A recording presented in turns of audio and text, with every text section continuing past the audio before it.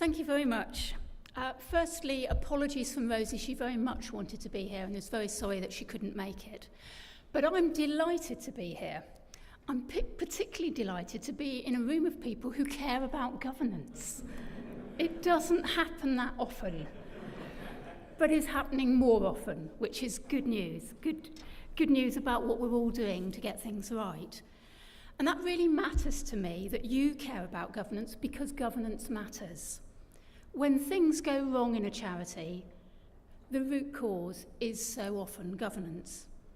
Whether it's failure to assemble the right skills, failure to seize opportunity, or failure to focus on the mission.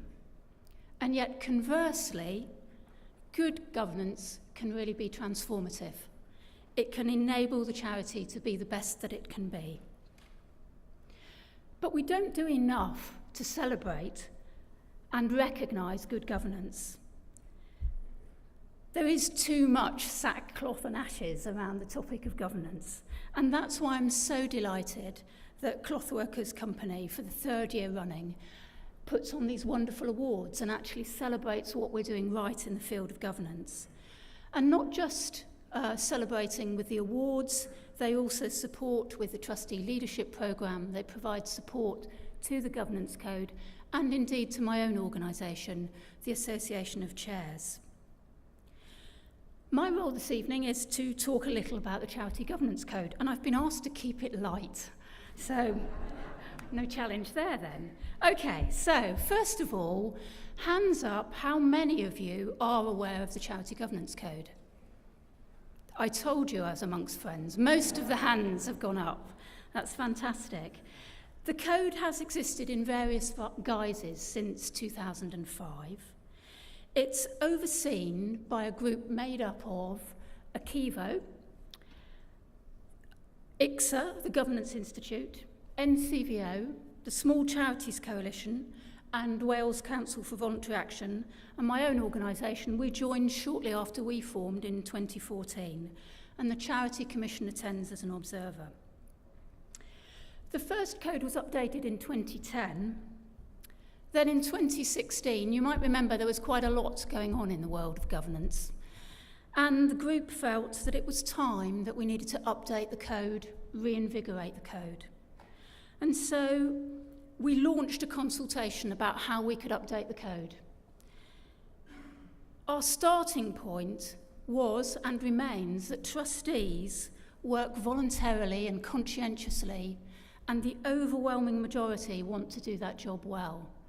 The aim of the code is to help them understand what good governance looks like and to inspire them to look at what they're aiming for. So it's not easily achieved, the governance code. Some people say it's a bit challenging, Ros. Yes, intentionally so. It's intended that we aim higher and higher with governance. Our consultation encouraged a big and wide-ranging response, and we took on board the feedback and published the new edition nearly a year ago in July 2017. Now, hopefully, many of you will be familiar with this diagram, which illustrates the 7 principles of the code. At the top is organisational purpose, because that's what governance, good governance, is all about, ensuring that the charity is really making a difference and is achieving what it was set up to achieve. At the bottom, we've got the pedestal, the foundation principle, which is that all board members actually understand the role of the trustee, the legal aspects of it, and the particular circumstances of your own charity. Because one of the joys and challenges of governance is what good governance looks like varies according to your circumstances, where you are in your development cycle, how large you are, what your charity does, how you raise your money. Then we have the pillars holding up our roof: good leadership, integrity, yes, decision-making, risk and control. We do talk about opportunity as well, Julia, but yes, risk is in there. Board effectiveness, actually taking the time as a board to see how well you're functioning as a board. Diversity and inclusivity, and openness and accountability, so that when called to account, by whether it's our beneficiaries or the public or the media, we're able to give a good account of ourselves. I'm delighted to say that tonight's entrants are all good examples of the Code's principles. We've already heard about the Embracing Digital category. All the shortlisted entries there illustrated very well what the Code calls on charities to do. That's to stay effective, relevant and valid. Keep asking, are we achieving our purposes in the right way? They exemplify that very well. Missing people are also an excellent example of the principle around decision-making, risk and control. We were very clear in the Code that being overcautious and risk-averse is itself a risk. And what I know the judges saw in the entry about missing people is that they accepted an invitation for their choir, the Missing People Choir, to perform on Britain's Got Talent. Now that carried risks.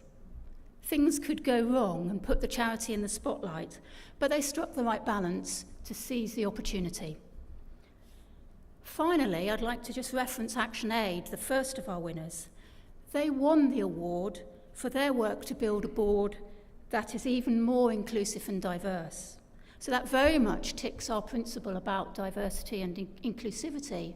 But what struck me about ActionAid as well is they reflected many other aspects of the Code, particularly about leadership, their pioneering feminist leadership, and they've clearly been reflecting on their own role as a board and how they make a difference. So in this little interlude between the different awards, I'd like to wish the remaining entrants very well. I'd like to congratulate the winners, and I hope many of you will join them and the other early adopters of the Governance Code, small and large, to keep raising the bar on charity governance and inspiring others to do the same. Thank you.